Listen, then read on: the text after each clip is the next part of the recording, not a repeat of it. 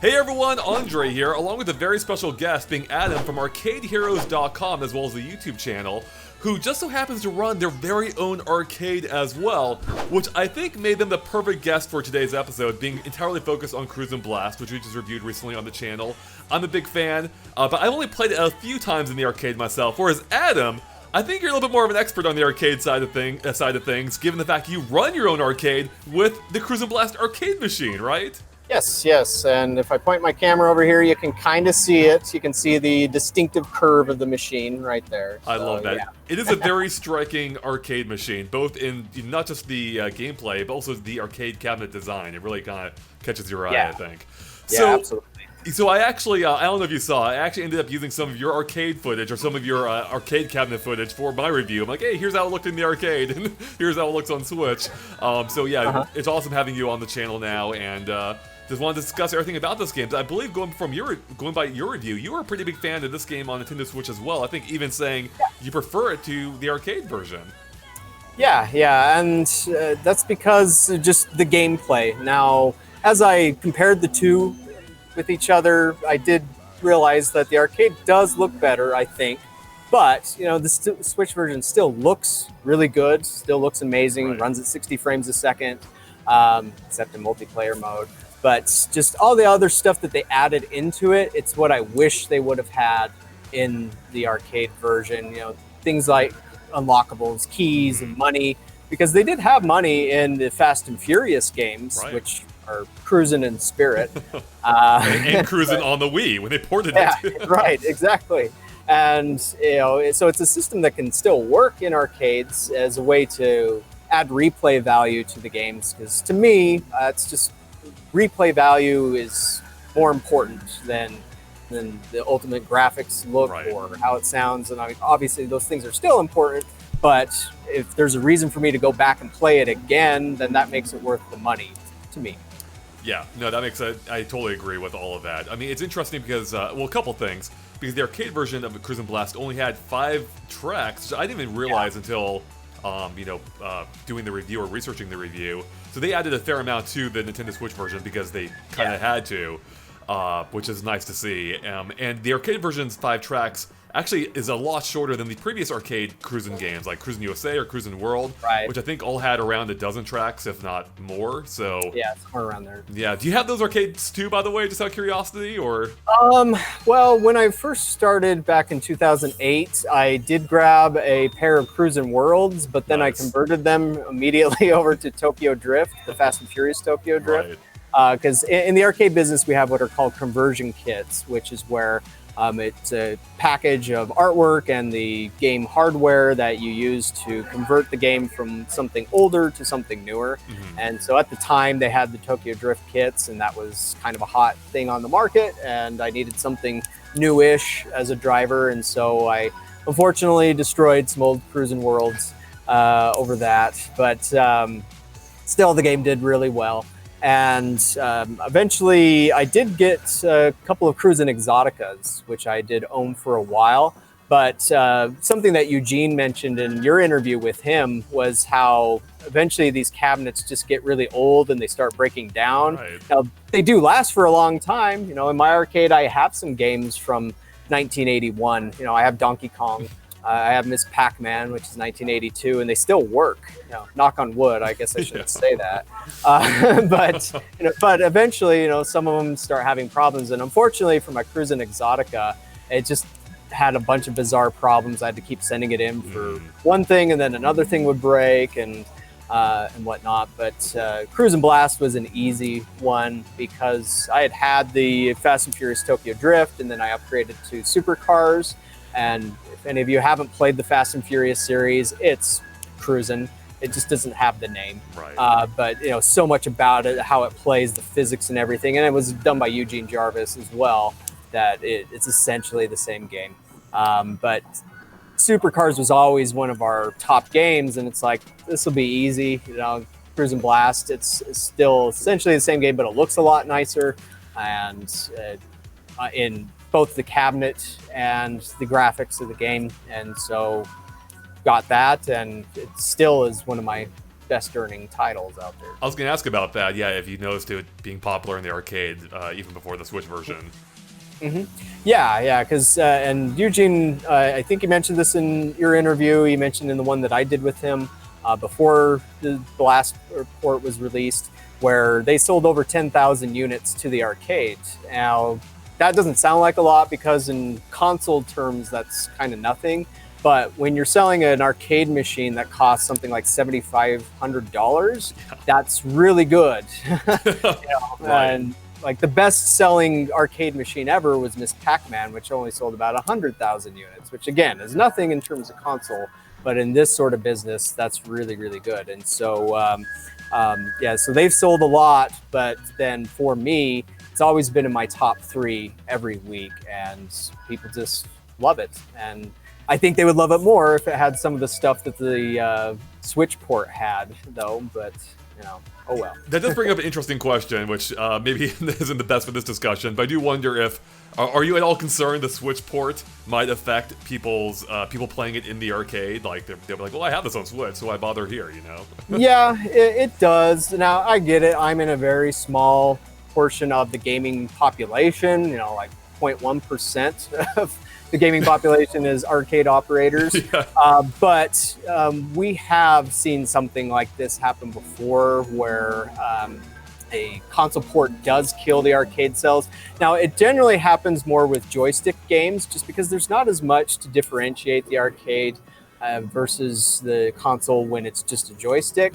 Now, granted, with something like Cruis'n, I'm hopeful that it won't be, and Eugene, he also believes that it'll actually drive play to the arcade, so that's what I'm hoping for. Right. It's just like with years ago, Namco did Soul Calibur 3, and they released it to arcades, and then I think within a month or two, they released it on console. It just died. Wow. And that's one reason why you don't see fighters in arcades almost anymore, is because that happens. They always port them to the consoles, and then the consoles generally, other than convenience, also have more content. Right. And they play just as well as the arcade, and you have arcade fight sticks that you can get. And so people just don't come. And I also learned that the hard way myself when I bought Super Street Fighter 4 Arcade Edition. And the reason I bought that was at the time, I can't remember the producer's name at Capcom, Yoshinori Ono, I think. Something close to that, sorry. I think that's correct, or in the ballpark. Right, close enough. He had promised initially that the arcade edition was going to be arcade exclusive. And I knew the story about Soul Calibur 3, and the same thing had also happened with Tekken to other arcade operators, and that was all before I had gotten into the business. And so it's like, well, if he says this will be arcade exclusive, I'll trust him.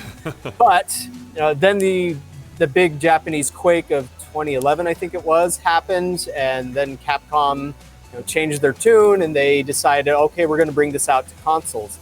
And that kit, it was just a kit, it wasn't even a full cabinet, cost me $10,000. And I didn't have that money, I had to finance it.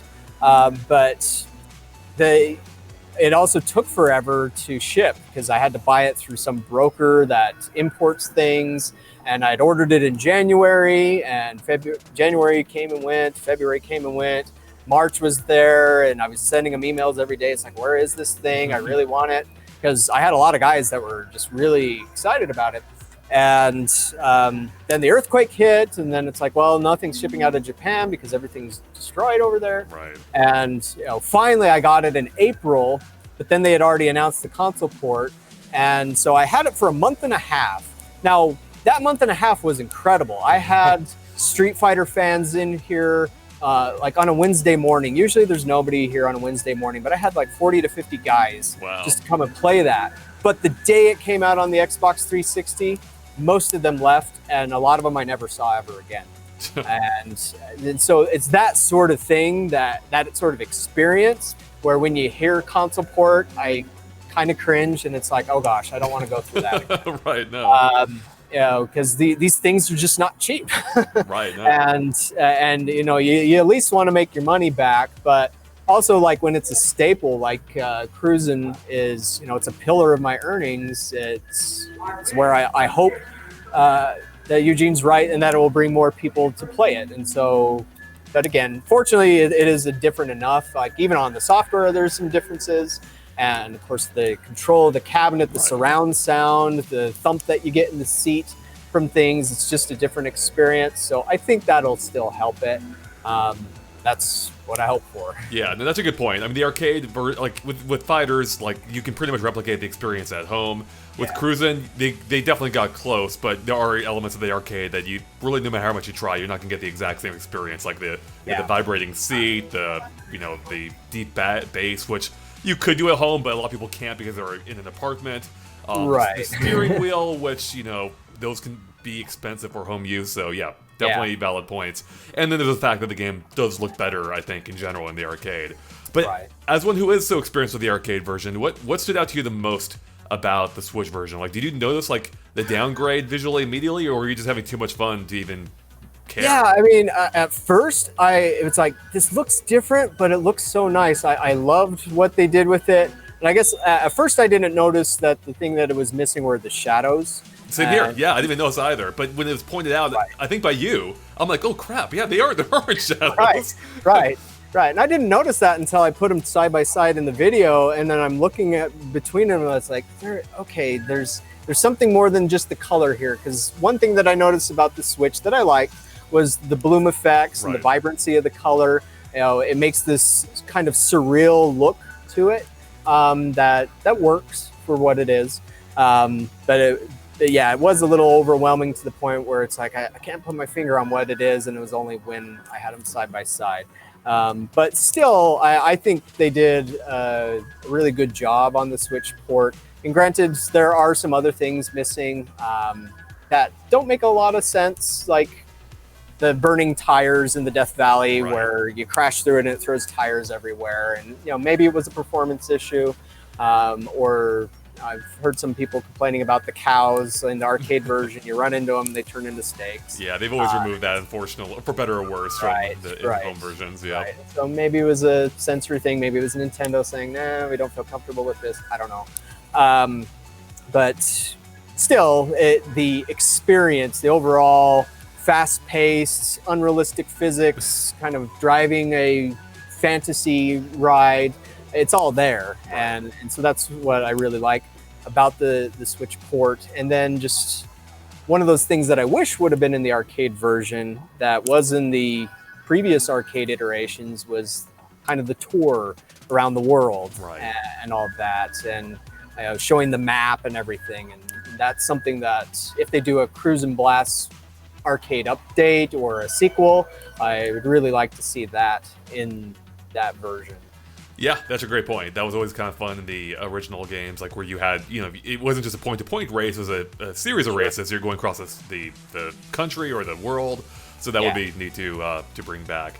But yeah, when I first started playing Cruis'n Blast on the Switch, like I was so like immediately enthralled with it. Like I found myself like leaning forward, just like enjoying the ride. And like I remember, my jaw literally, like I was taught. I lived by myself. And I was like exclaiming out loud when when the earthquake happened and the world split apart and the jets fall. I'm like, holy crap, that's insane. And yeah, it's just like spectacle after spectacle in this game, and like to a degree I haven't seen in any other racing game with this much energy. And I was just having a blast, and I thought it looked great until I kind of like you, I started doing the comparisons and looking at your footage. I'm like, oh yeah, that is like a noticeable downgrade, and yet I didn't care. Like when I was playing it, I didn't notice really. So that is just really interesting, and I think that's what makes. I think that's what really makes Cruis'n Blast so fun. Is it is just like all these set pieces one after another. Like it constantly keeps you in the action.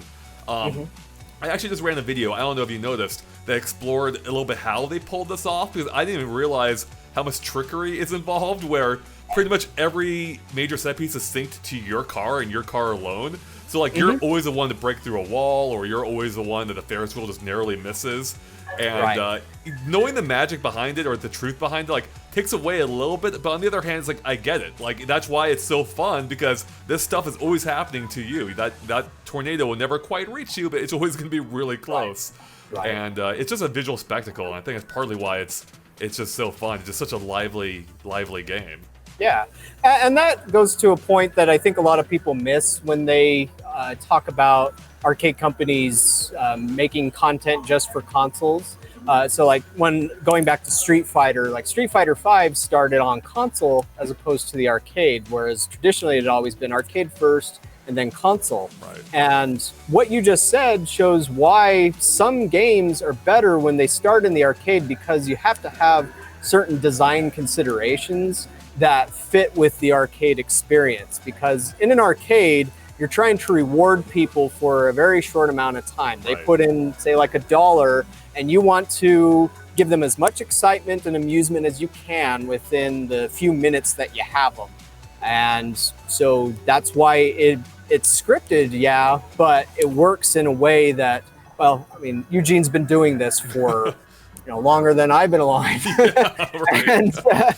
And so, they know what they're doing, but it also shows that this is why it works. And this is what makes an arcade racer, a true arcade racer, is it's been specifically tailored for this sort of fun. And that's what really draws you in. Mm-hmm. And so even though the arcade version doesn't have some of the other bells and whistle features that the Switch port does, that's where I say it's still worth playing if you come across it. Yeah, totally. I mean, especially because it's only $40 on Switch too, yeah. which is cheaper than a lot of the games out there. So, mm-hmm. So I guess what is your? I know you already talked a little bit about what you liked about the Switch port, but there's like one thing in particular that you enjoyed most that they added to the game. I guess what really stuck with you from your playtime with it, and in comparison to the arcade. Good question. Probably. I've been enjoying going through the tour modes and just exploring what they're going to throw at you next. Yeah. As some of the tracks are just kind of rebadged versions of the arcade version. But in going there, I just unlocked the Dino track the other day, and seeing what they throw in there at you. Like in the arcade version, they kind of integrated that already, but in the Switch version, they've spread it out. Like Madagascar in the arcade has all these dinosaurs in it. Yep. They removed that from the classic arcade mode when you play a Madagascar, and I think it's because it has the Dino Tour in there already, and so then you suddenly are racing with dinosaurs and whatnot. Or I really enjoyed the Escape Tour, where all of a sudden these police cars came out of nowhere. Like I wasn't expecting that at all, and all of a sudden they're there. But then that led to the other thing that I really like about the Switch version is the takedowns. Those are great. Yeah, and like they're in the arcade version, but I honestly forgot they were there because they're just not prominent in the arcade version at all. Like you can really push against a car and they won't blow up unless you're really trying, but then you're kind of wasting your time on the track. Right. But on the Switch version, it's almost like it's begging you to blow up the other cars, which is a lot of fun. And it's a lot like another Raw Thrills racer called Dirty Drivin' that you might have seen out there. And where that one also incentivizes you to jerk the wheel and smash your opponents and everything. But there was some footage I think that I captured when I was driving as the Hammerhead Shark, and I blew up one car, and then suddenly my shark was turned to the side, and then two other cars slammed into it. And it's just like I myself was just laughing out loud when that happens, just because it's so amusing, and that's the spirit of Cruis'n. It wants to make you laugh, and like you said, you were doing yourself, shouting out loud. It's like I hear that all the time in the arcade. I believe it. But sometimes it's because people are playing against each other, and it's just that thrill of who's going to make it across the finish line first, or other things like that. But it just shows you again that this is the type of thing you get with this is the type of masterpiece you get from somebody who knows their craft and knows it well. Exactly. Yeah, it really feels like it's just designed just to give you a shot of adrenaline like every few seconds. Yeah. Like the moment that your adrenaline starts wearing off, you get another shot of it in the arm. Yeah, and it's just a really intense fun time. And that even extends to, as you were just touching on, I think the multiplayer as well. And I was curious if you had a chance to test out much on Switch and how that might compare to playing it in the arcade with multiple people. Because how many Cruis'ns do you have, or do you have any Cruis'ns linked there, or how many? Yeah. So that's the thing that arcade manufacturers love. That's one reason why there's so many racers in the arcade biz, is because you can never buy just one. You have to buy at least two for the most time, for the most part. But yeah, so I only have two. A lot of places out there, though, like if you go to a Dave & Buster's, I think all Dave & Buster's have Cruis'n Blast. And at least from what I've seen, the one here in Salt Lake City has 4 of them. Okay. I think you can link up to 8, though, but that's always really difficult. Yeah, I've never seen 8. Yeah. 8, but like I'm pretty sure you can do that with Superbikes 3, which there's actually some content from Superbikes 3 in the Switch port. But I just haven't played that game a whole lot. But a lot of other off-rails racers are like that too.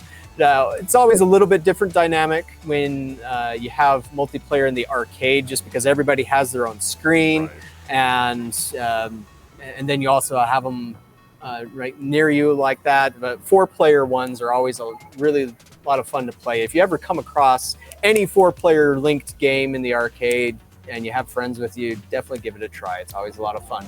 But I think they did a great job on the Switch with that. I have 3 kids, and I had them play it, so that's where I was able to capture a little bit of footage showing the split screen, and that was with them. And like one of them's 5, one of them's oh crap, I'm forgetting their age. We can edit this my out. wife doesn't see this.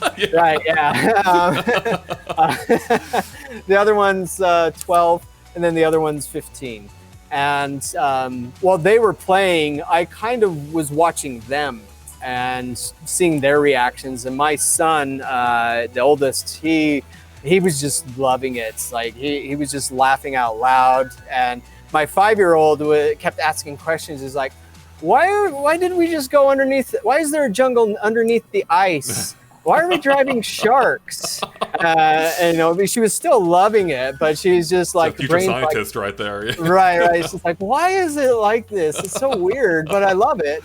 I just don't understand it. It doesn't make any logical sense. But my older kids were just laughing out loud and enjoying it, and so they really captured it.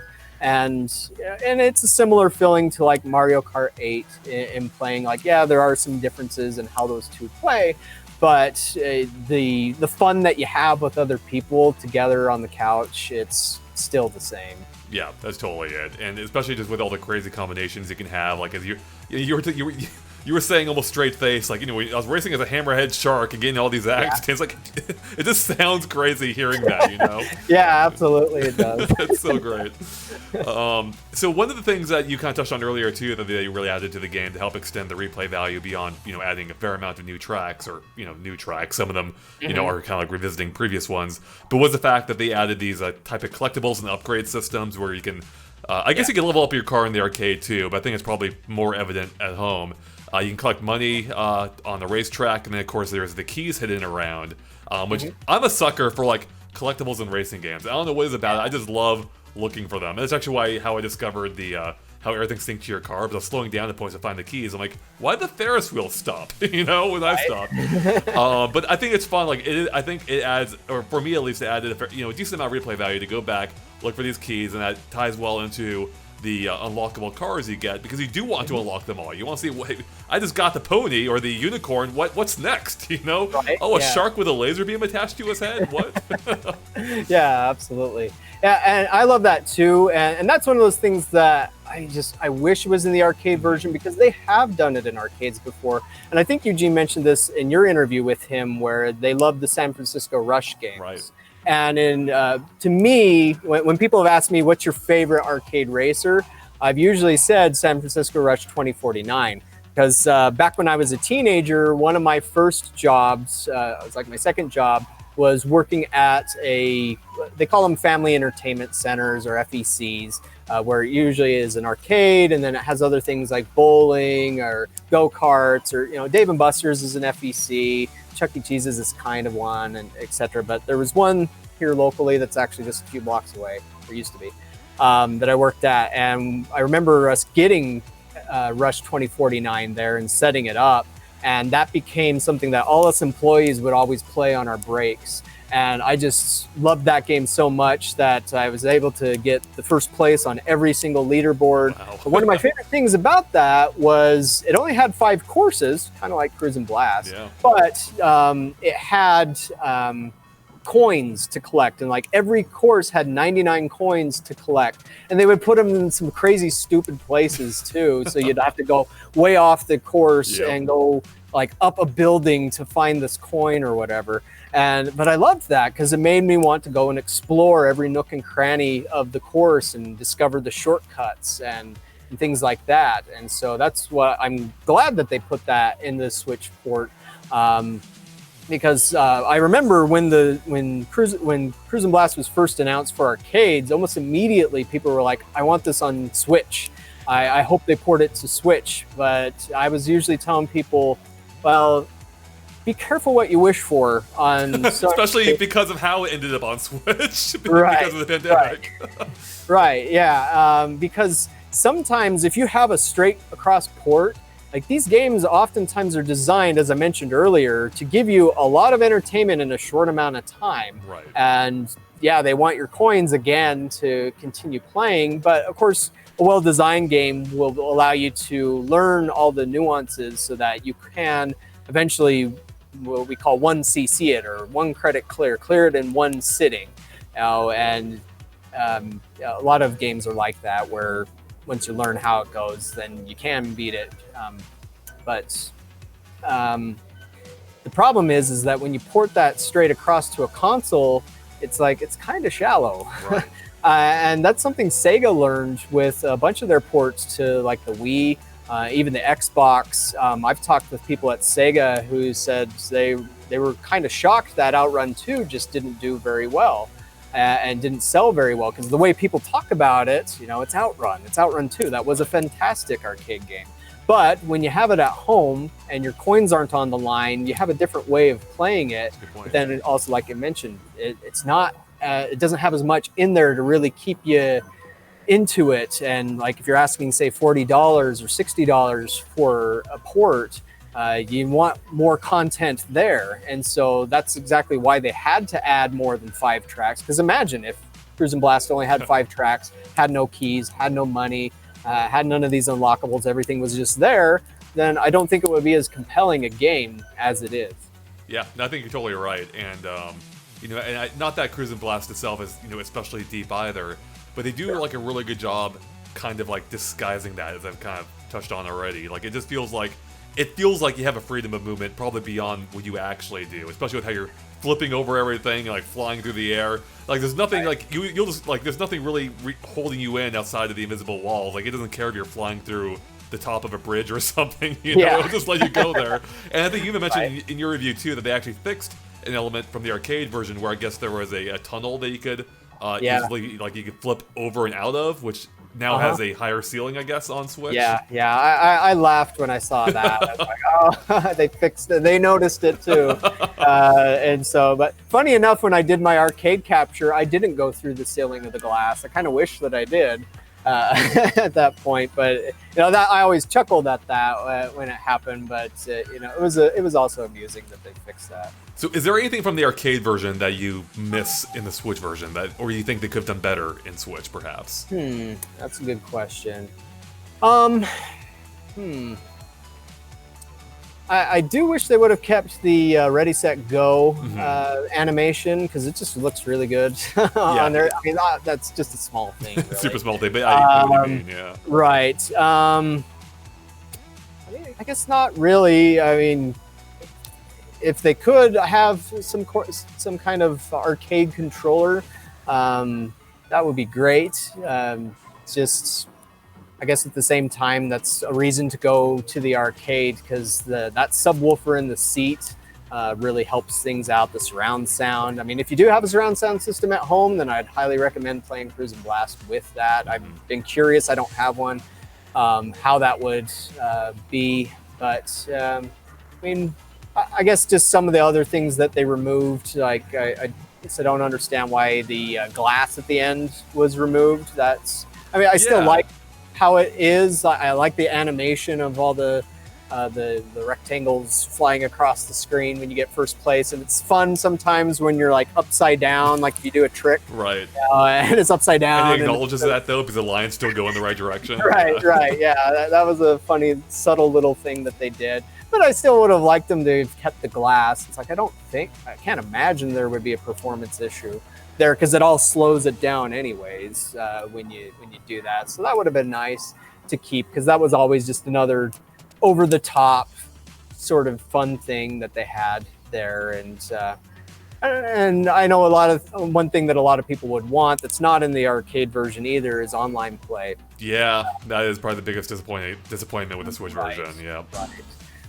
But who knows? Since it's an online world, maybe if it sells well enough, they could add something like that down the road. But yeah, I think Eugene hinted at that possibility in our interview, where he's like, "Well, if it sells well, we may consider it." That wasn't a promise. he just said, "We take a look at it, maybe." Right. Yeah, because I mean, obviously, for an arcade developer, it's very rare that they do online stuff, right? And so that may not always be their expertise. Although that said. There is a racing game from Raw Thrills out there called MotoGP, which does have online play, so it allows you to race against other people in other arcades. I don't know how often that's really used, but that would probably be the closest thing that they have to such a system. Mm-hmm. That makes sense. And then I guess specifically for the Switch version, even perhaps outside of direct arcade comparisons, but including them if you want, is there anything else you would hope for from that system or from that platform version aside from online? Is there anything else like you're like, I didn't miss a boat on this one a little bit, or I was hoping that it might do this? I mean, because a lot of what they did reminds me more like H2 Overdrive or Dirty Driving. I guess if they had done something from H2 Overdrive, like H2 Overdrive had an achievement system that was really cool, and I mean, I guess achievements aren't really big on a lot of Switch games. I know they're on a few, but that would still be just another way to incentivize you exploring things, doing things. Granted, I still haven't unlocked hard or extreme difficulties yet, so I've been curious to see if there's any other differences there or how it controls. And that was also another thing that I noticed between the two versions is like both of them have rubber banding to be able to create that thrill, especially near the end of the race. But I did notice that the Switch version, it relaxes that a little bit. It's not quite as stringent. And so, but maybe it is in the other difficulties, so I don't know. That's a good point. Yeah, I've only played around with hard a little bit, and haven't noticed too much difference, but I haven't played a whole lot of it yet either. So, extreme, or whatever the hardest one is, yeah. It could be different, we'll see. All right. Yeah, I'm trying to think if there's anything else about Cruis'n Blast specifically that we haven't touched on. I guess real quick is I'm sure you've heard the theme song a ton in the arcade, but I mean, for me, as one who's only experienced it a few times, like, there's something cheesy but wonderful about it. Like the moment I turn on the game, like I'm already loving this, and that's a staple of the Cruis'n series. They always have like a strong theme and kind of music in general, and I was glad to see that re-brought over to the Switch version. So. Right, yeah, and that's, I guess, for the future of Cruis'n, I think a lot of people would love to see, like, remastered tracks, and that's something that I had originally hoped for on Cruis'n Blast was, maybe a track or two that had been remastered, and so you could see what it's like in HD, and maybe also do some remastered music, or just use some original music as well, or if there was, like, an Easter egg or something now, like, say if you could unlock Bill Clinton in the hot tub. Right.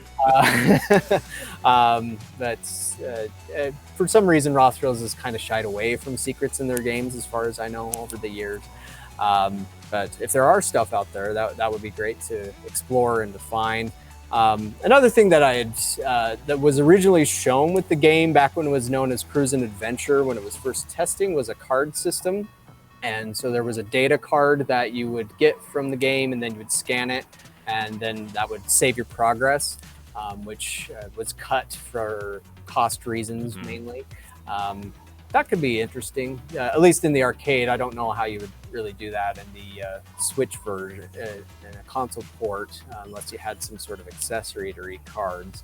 Well, then again, the Switch does have NFC, so if you True, had an yeah, an card, amiibo. yeah, you could essentially have a Cruis'n amiibo, and actually that would be kind of cool too. I think. I mean, probably be cost a lot just because Raw Thrills doesn't own any cars, so they have to license it, and so that might be a lot. But yeah, it would be cool to have, or maybe do the original Cruis'n USA cars or something like that, and make a blocky. Low poly amiibo. I think that would be cool. That would be really cool. Bring back the school bus or whatever. Right, yeah. Yeah, I was actually just revisiting that game on 64 not too long ago, and I'm like, and I was still impressed by it for like given the hardware. I'm like, this is actually, I mean, it's not a great looking game, but for its time, it looked quite good. So it's always fun to go back to and to see like how similar the games are still, but also how different they can be. Like because Cruis'n USA didn't have all the crazy stunts back then, like you couldn't flip over cars and stuff, so it's kind of fun to see the evolution of Cruis'n. I guess kind of to that point, as one, have you been have you played the entire series then up to this point, or?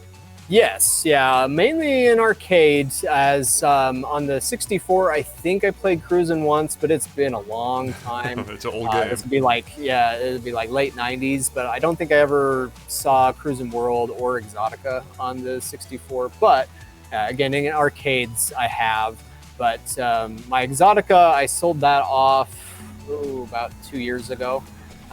But I sold it to a guy who set up 4 of them, and there were some problems. I had to go up there and fix it, but that was really kind of cool to see 4 Exoticas linked together, and also just having that and playing that, I could see where a lot of blasts seem to be influenced by Exotica, right? World or USA, but yeah. And we're lucky that it's stayed in the family, so to speak, that it's still a Eugene Jarvis game. Because if it had gone to like a third-party developer for the port, or just even in the arcade, I think a lot of it might have changed from what it was. And so it's good that we still have that same sort of spirit from some of the same designers that worked on the old ones. That actually really surprised me. I had set up the interview with Eugene, or more. I had talked to Raw Thrills, and they're like, "Oh yeah, we can get you an interview with Eugene, the creator of the Cruis'n series." I'm like, I had no idea it's been the same guy the entire way through. That is so cool. Right. I had figured that it was just different teams taking it on over the years, especially with the whole like odd relationship of it all being a Nintendo-owned title, that they license out to other developers, and I thought for sure Nintendo would just license it to whoever wanted it. It's like, hey, you want to make a Cruis'n game, go for it. Right. So yeah, that was really cool to see. It's like, no, it's been Eugene the entire way, and knowing that, it's like, yeah, you can see that like that same the same influence and like design principles coming through the entire way. So I guess if there were if they announced a new Cruis'n game in the future for arcades, would you be there? Would you be like, yeah, we're getting that for my own arcade, or? Probably. I mean, what I would, being an arcade operator, you'd like to see an update kit, because eventually you just get so much of this hardware in there. It'd be like nice to just be able to swap it out, unless they came out with some sort of crazy new cabinet or something that was radically different. So I have no idea what they might do in that regard, but I mean, it's hard for me to argue as to the success of this game in the arcade, and as long as they gave it enough time between another port, then it would be fine, because this version that I have, I got it, I think, from the first production run, so January 2017 is about when I got it, and it paid itself off in 5.5 months. Wow. Which is crazy good when you really do the math on it. But like in the arcade business in general, and this is something a lot of people don't realize, just how expensive some of this stuff gets. And it's getting more pricey right now as inflation is affecting everything. Right.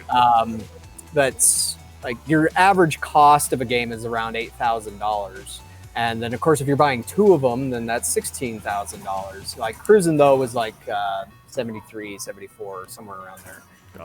But still, $14,000 paying itself off in 5.5 months. Yeah, that's impressive. And it's pretty just good. Pure profit from that point. Right, Yeah. right.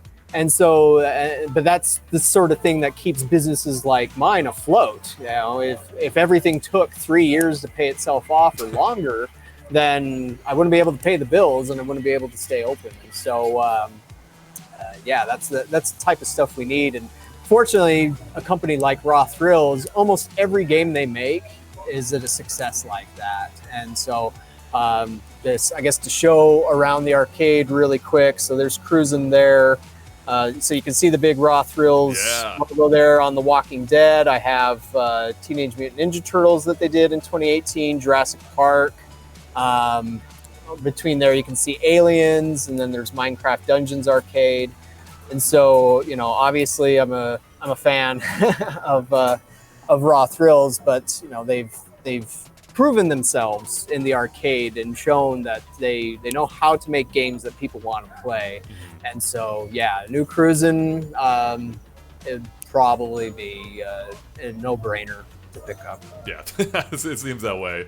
And I guess just so our viewers know, where is your arcade located, and what is it called? So it's called Arcade Galactic, and this location I'm at is in West Valley City, Utah, which is a suburb of Salt Lake City. It's only about 10 minutes south of Salt Lake City International Airport. And we actually opened a second location recently in a city about 40 minutes north of here called Ogden, Utah.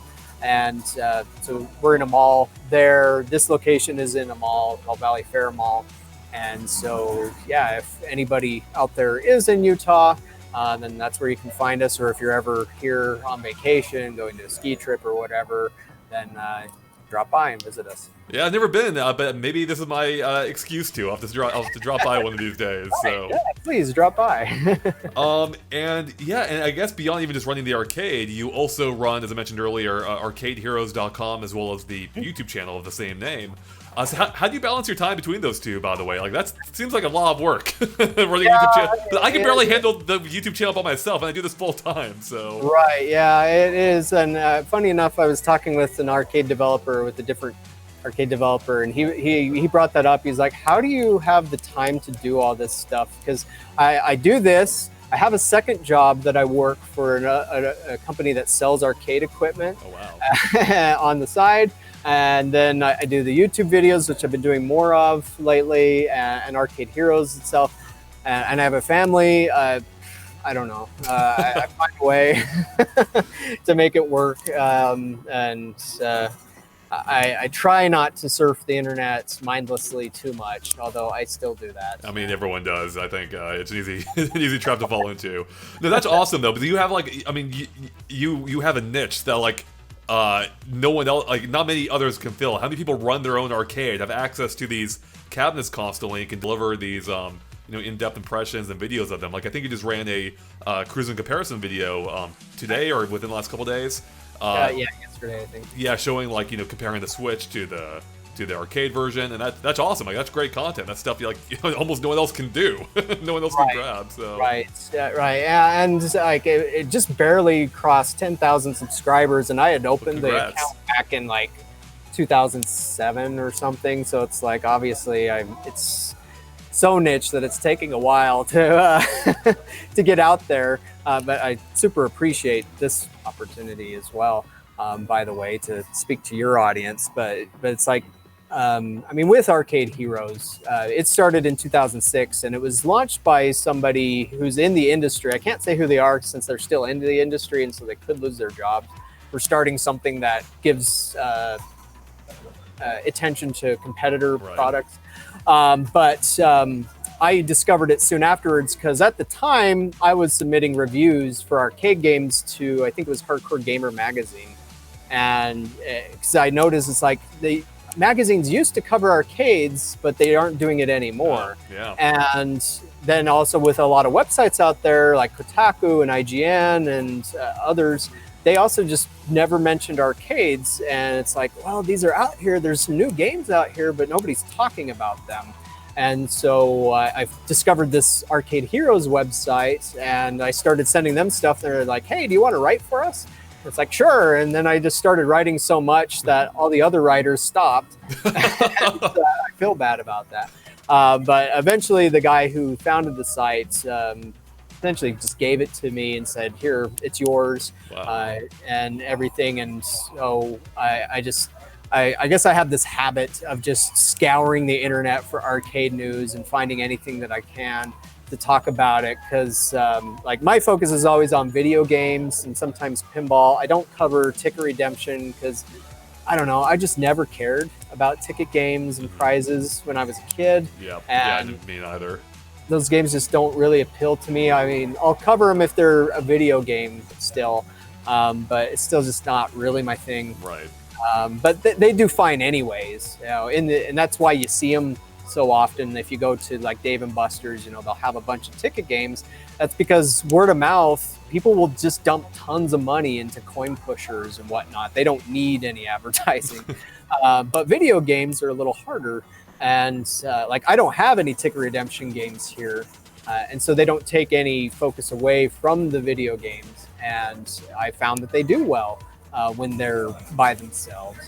But yeah, like you said, it's a niche, but there's a lot of stuff going on in the arcade business, and it sucks that a lot of the time the only time they get any attention is when they have a huge name attached to them, like Mario Kart Arcade. Right.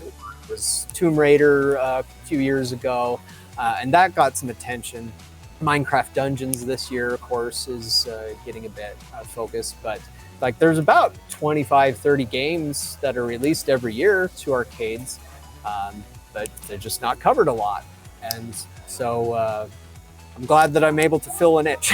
Yeah, I mean, that's how I found your channel, because I was looking for information on the arcade version of Cruis'n Blast for research purposes, and no one had it except for you. I'm like, well, great. I'm glad there's a resource for this. Yeah. And I guess just real quick, since we have a very Nintendo-focused audience, do you have the Mario Kart arcade cabinet or one of the Mario Karts in your arcade? Don't. So there's this game right here. It's kind of hard to see.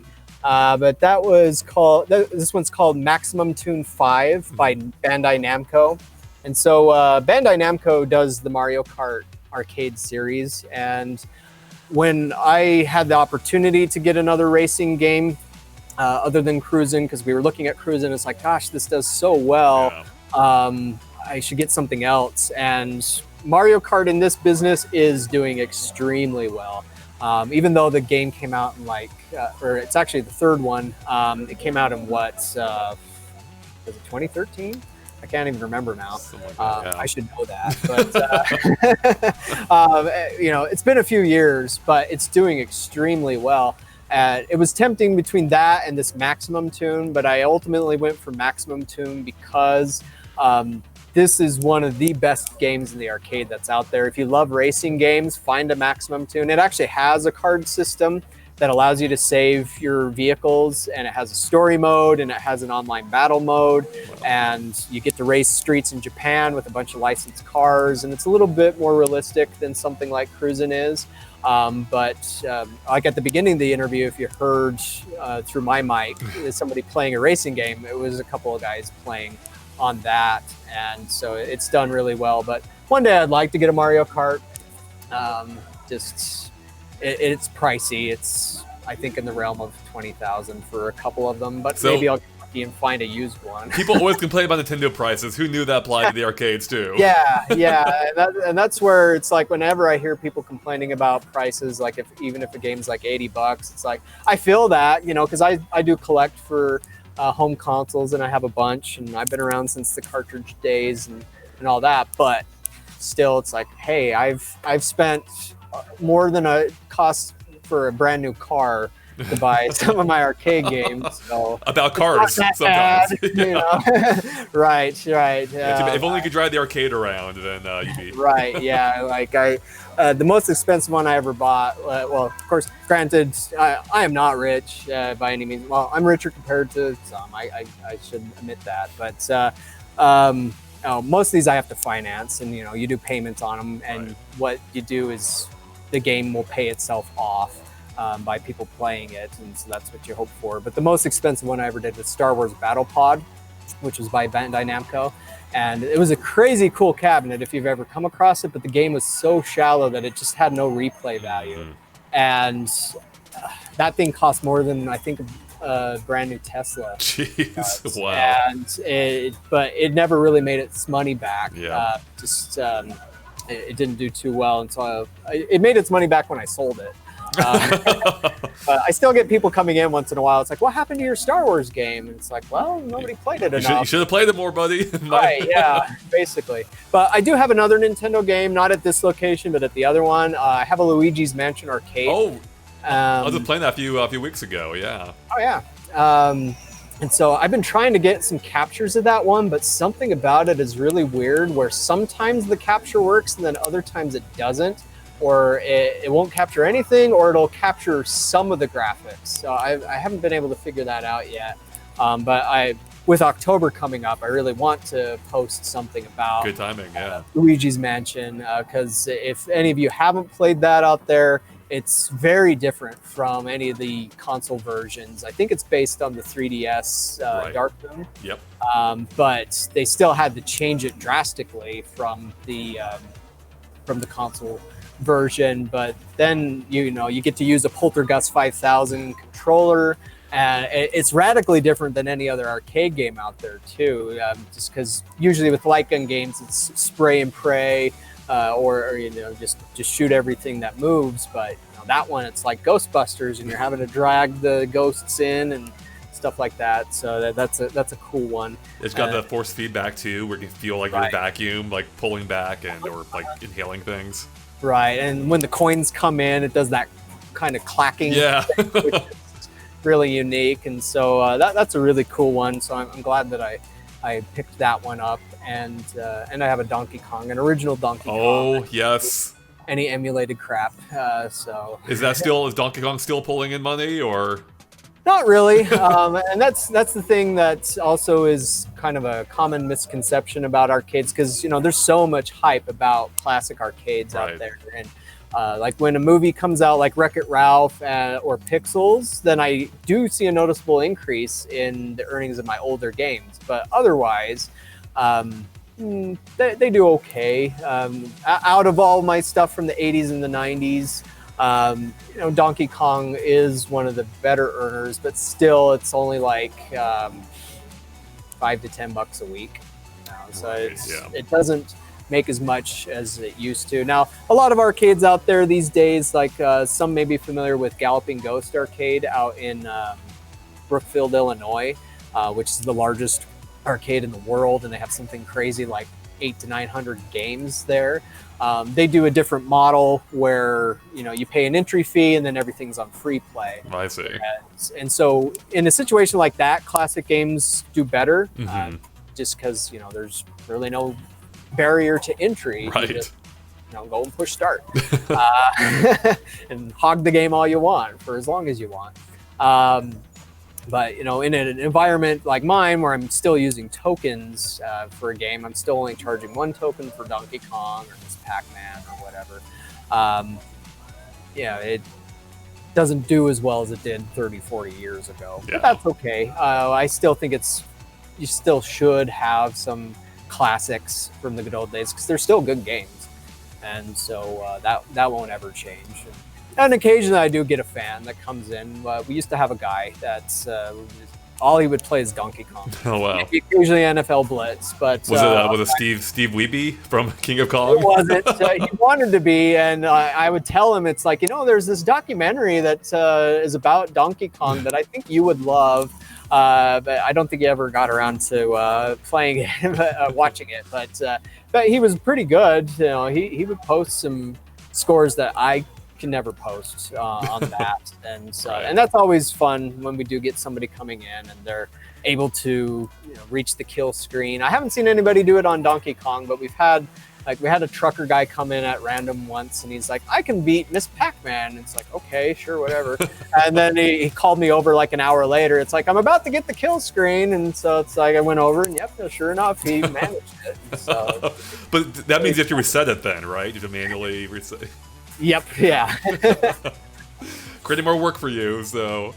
Right. That's okay though. So I guess on that note, real quick, what is? Do you have a favorite arcade game right now you're playing, or one you're best at?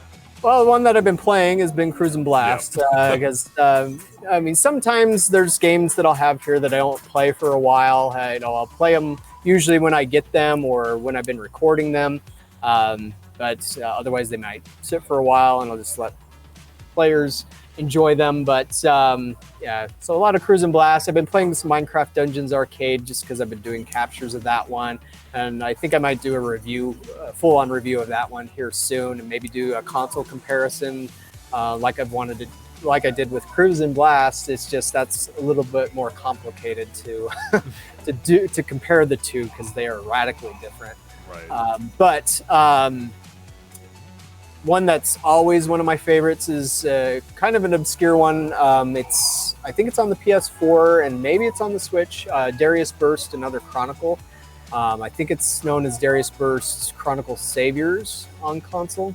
But I have that one up at my Ogden location, and it's based on the Darius series, which it's side-scrolling shoot 'em up that started in arcades back in 1986. But I have one of 7 English versions of this game that came out about 10 years ago, and so I got a test version, a beta version essentially. And so, but that game is just fantastic. I love it. And apart from that, Maximum Tune 5 here, just the depth that's in that game and things you do to level up your car. You know, it has an XP system and it has a parts and tuning system. And so that's one of those things that keeps bringing me back to it and enjoying it. That's awesome. Nice. Well, I guess to kind of wrap things up here, do you have any other thoughts either about Cruis'n Blast or anything we've talked about in general that we haven't had a chance to get to yet, or? I don't think so. I think we covered it pretty thorough. Yeah. Say if you're on the fence about the Cruis'n Blast port, go for it. If it looks fun, it is fun. You know? Yeah, absolutely. And especially if you need anything like if you got kids or friends, if you need something that's a multiplayer game, a party game, it's a great alternative, especially if you're burned out on something like Mario Kart 8 at this point. Right.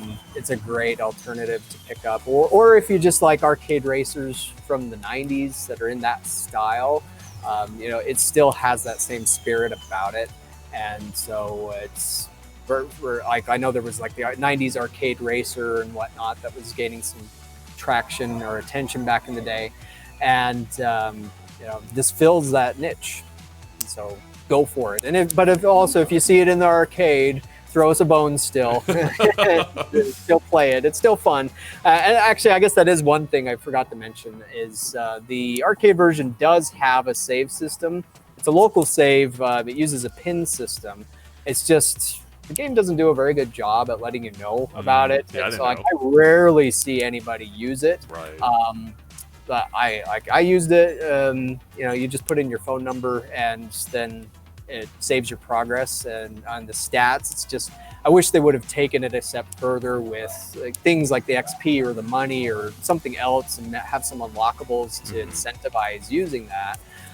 But you know, that's all in the Switch port essentially, just without having to input a phone number. Yeah, exactly.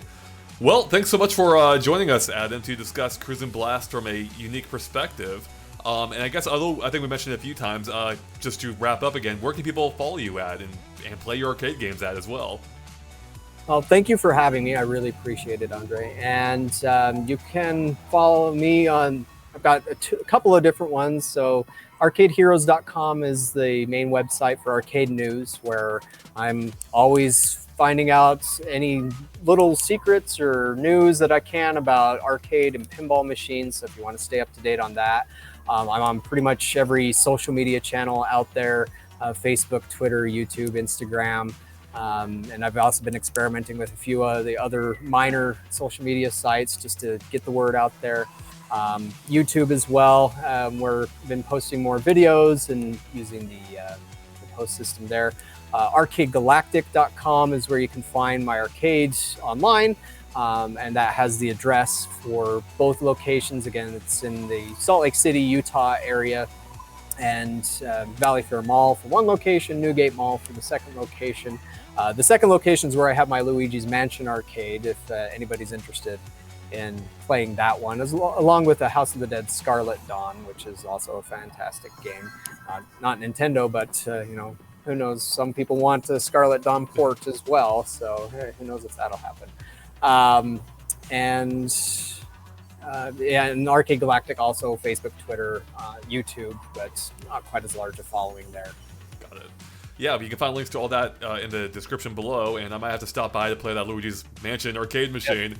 Let me know if you post those videos, the Luigi's Mansion videos at some point. I would love to check those out. So yeah, absolutely. So yeah, definitely check out Arcade Heroes for all kinds of great video game content. And Adam, once again, thanks for joining us here today, and thanks to all of you for watching. And of course, make sure to click that subscribe button, ring that bell for tons more from us on Cruis'n Blast, as well as everything else Nintendo Switch. And again, you can find links to everything that Adam works on in the description below. We'll catch you later. Bye, everyone.